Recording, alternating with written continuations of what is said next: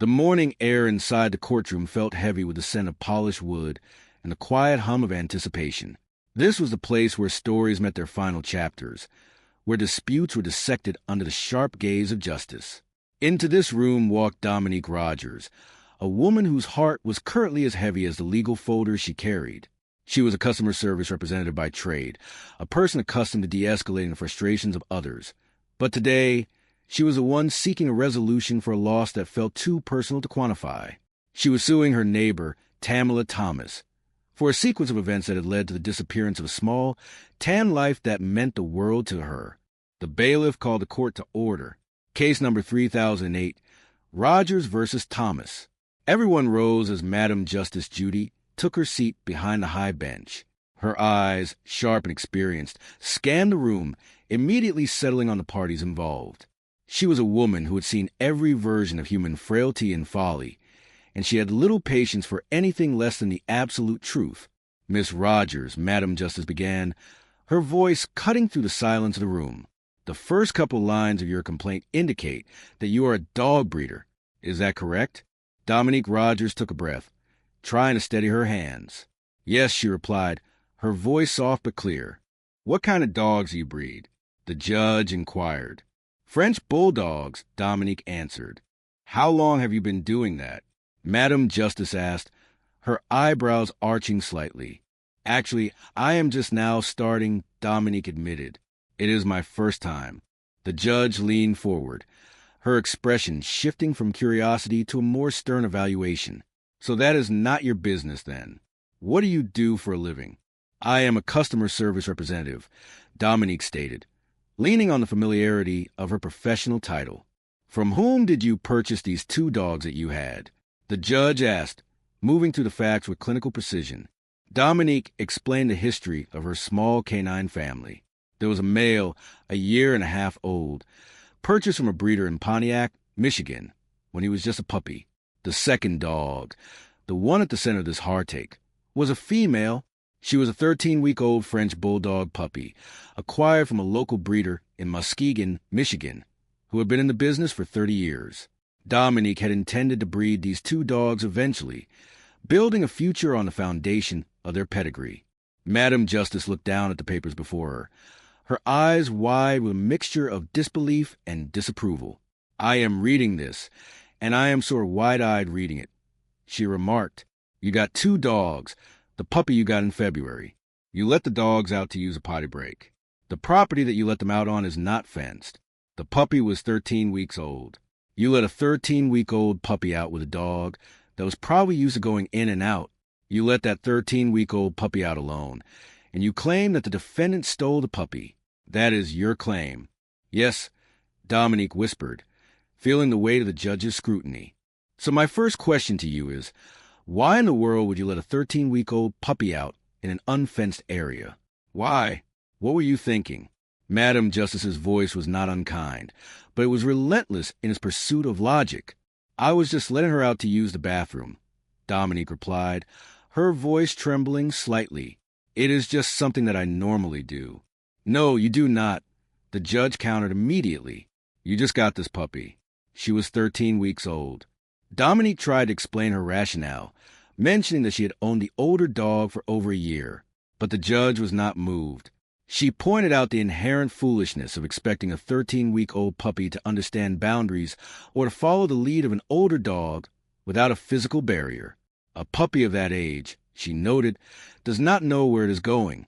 They are driven by curiosity and a lack of fear that often leads them into danger. The date was February the 27th. The time was around 2 o'clock in the afternoon. Within 15 minutes of letting the puppy out, Dominique realized that the little girl, whom she called Penelope, was missing. Panic had set in instantly. She had rushed to put on her shoes and began walking down the street, calling the puppy's name into the afternoon air. She saw a neighbor behind an abandoned house on the corner and began asking if anyone had seen her small French bulldog. In the courtroom, a witness stood ready to testify. Her name was Lana Carson. She was not a resident of the block, but her presence that day was not accidental. She was an animal control officer for the county, a person whose career was dedicated to the welfare of creatures who could not speak for themselves. On that afternoon of February the 27th, She had been scheduled for various animal welfare checks in the area.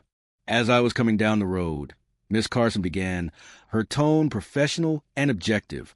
On the left-hand side, there was a house that must have had a recent fire or something, and there were several people that were standing out in the house. So it caught my attention. Right where that house was on the corner, we had to make a left-hand turn to get to the address that we were going to. She explained that her call was unrelated to Dominique, but as she turned the corner, she saw 2 French bulldogs running loose in a front yard. One was tan and white, an older and bigger dog. The other was a small, tan puppy. Being the dog catcher, it was her instinct to pay attention. There were no fences in that particular area, though the yard where the dogs were standing had a fence with a significant opening. I saw a lady who was in the yard. Miss Carson continued. She bent down and picked up the small, tan puppy and was holding the puppy. But the other dog, the bigger dog, got through a hole that was in the fence. It was an open gate. So I immediately rolled down the window and said, "Do you need help with this? Do you want me to grab the dog?" And the gal who was holding the tan puppy said, "No, he has got it." Miss Carson was in an unmarked vehicle that day. She saw a male standing in the driveway of the house and assumed that he was the person the lady was referring to. The lady continued to hold the puppy while the adult dog ran further down the block, untethered and unaccompanied. Miss Carson, growing frustrated by the lack of urgency, asked again if the lady needed help. Once more, the answer was, "No, he has got it." The animal control officer made a comment to her co-worker that they would likely be getting a call for a lost Frenchie later that day. She watched as the bigger dog jetted behind a yellow house, and then she proceeded to her scheduled call. The woman she saw holding the puppy that day was present in the courtroom. It was Tamala Thomas, the defendant. Madam Justice turned her attention to Tamala. The ball was now in her court. Tamala remembered a lady in a white van speaking to her once, but her version of the events carried a different hue. She claimed she saw the 2 Frenchies in a yard across the street from her own home. She saw 2 men attempting to catch the dogs. They were trying to catch it. Tamala explained. I went across the street. I grabbed the little one. It was almost by the fence. As soon as I picked up the dog, I lifted it up. The lady in the van asked a question one time, and that was it. I never held it for long. I went right back across the street. I handed the dog off and left. To whom did you hand the dog? The judge asked. It was a guy, Tamla replied. There were 2 cars parked on the side. One was a silver car. I handed the dog off because they were already out there when I came outside. The mystery deepened. Miss Carson, the animal control officer, noted that she had seen a woman with long black hair and a long gray coat, a gentleman with a black coat and a black hat, and another woman, but she reiterated that she had not seen anyone else in pursuit of the dogs. Only Tamala had been actively holding the puppy. Tamala maintained that she had acted as a good Samaritan. She told the court that she only learned the dog belonged to Dominique the following day when a police officer came door to door asking questions. She told the officer exactly what she told the judge. She had handed the puppy to a male whom she assumed was the owner. She was busy getting groceries out of her car at the time and had a small baby inside the house with her mother. Tamala's mother, Miss Phillips, stepped forward to testify. She confirmed that she had been at her daughter's house on February the 27th, arriving around 12 o'clock. She remembered Tamala coming back from the grocery store around 2 o'clock and mentioning that she had helped some people get their dog. I thought she was being a good Samaritan, Miss Phillips said, her voice filled with maternal defense. I did not know this was to take effect like this. The courtroom became a stage for conflicting observations. Dominique Rogers claimed that when she was outside looking for her puppy, crying and calling out, Tamala had walked right past her without saying a word. Tamala denied this, sparking a brief, heated exchange between the neighbors. Dominique felt that if Tamala had truly been a good Samaritan, she would have stopped to ask the distraught woman what she was looking for. Madam Justice listened to it all, her mind weighing the evidence against the burden of proof. She looked at the police report Dominique provided. It stated that Dominique had been told a taller black male in a red coat and a whitehead had taken the dog from her yard. This information had come from another neighbor, someone not present in court. The judge's voice took on a tone of finality. Miss Rogers, she said, you know how all this could have been avoided? If you would have never let your dog out unattended, which you're not supposed to do, not the big one, and certainly not the little one, the judge stated firmly that she was not prepared to label Tamala Thomas a thief based on the testimony provided. While there was a scenario where Tamala could have been involved, there was not enough evidence to prove a conspiracy. She pointed out that Dominique had left the opportunity wide open by letting a 13-week-old puppy into an unfenced yard. Even if you have a fenced yard with a 13-week-old puppy, I do not know whether I would let them out alone, Madam Justice lectured. They dig holes. And you also have to be afraid of someone stealing them. You lost your dog, and you were honest about that in the police report.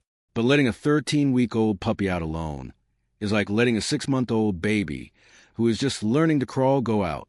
The judge expressed her hope that the puppy, Penelope, would eventually be found, but she emphasized that breeding dogs was a skilled art form that required education and constant vigilance, not a hobby to be taken lightly. The case is dismissed, Madam Justice declared. This court is adjourned. As the parties filtered out of the courtroom, the air remained thick with unresolved emotions. Dominique was heartbroken, still longing for her puppy and feeling that justice had not been fully served. She believed Tamala had seen her suffering and chosen to stay silent.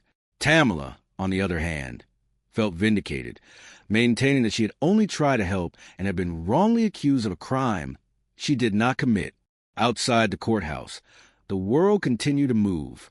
Dominique would continue to hang flyers, to search the streets, and to hope for a miracle.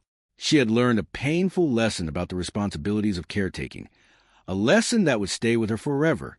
The story of Penelope the French bulldog remained unfinished, a reminder of how quickly a life can change in the span of 15 minutes, and how the bond between neighbors can be frayed by a single afternoon of misunderstanding and loss. The lesson for all who heard the tale was clear. The things we love require our presence and our protection. Justice can settle a legal dispute, but it cannot always mend a broken heart or return what has been lost to the wind. In the end, we are the guardians of the lives entrusted to us, and the fences we build are not just made of wood and wire, but the attention and care we give every single day.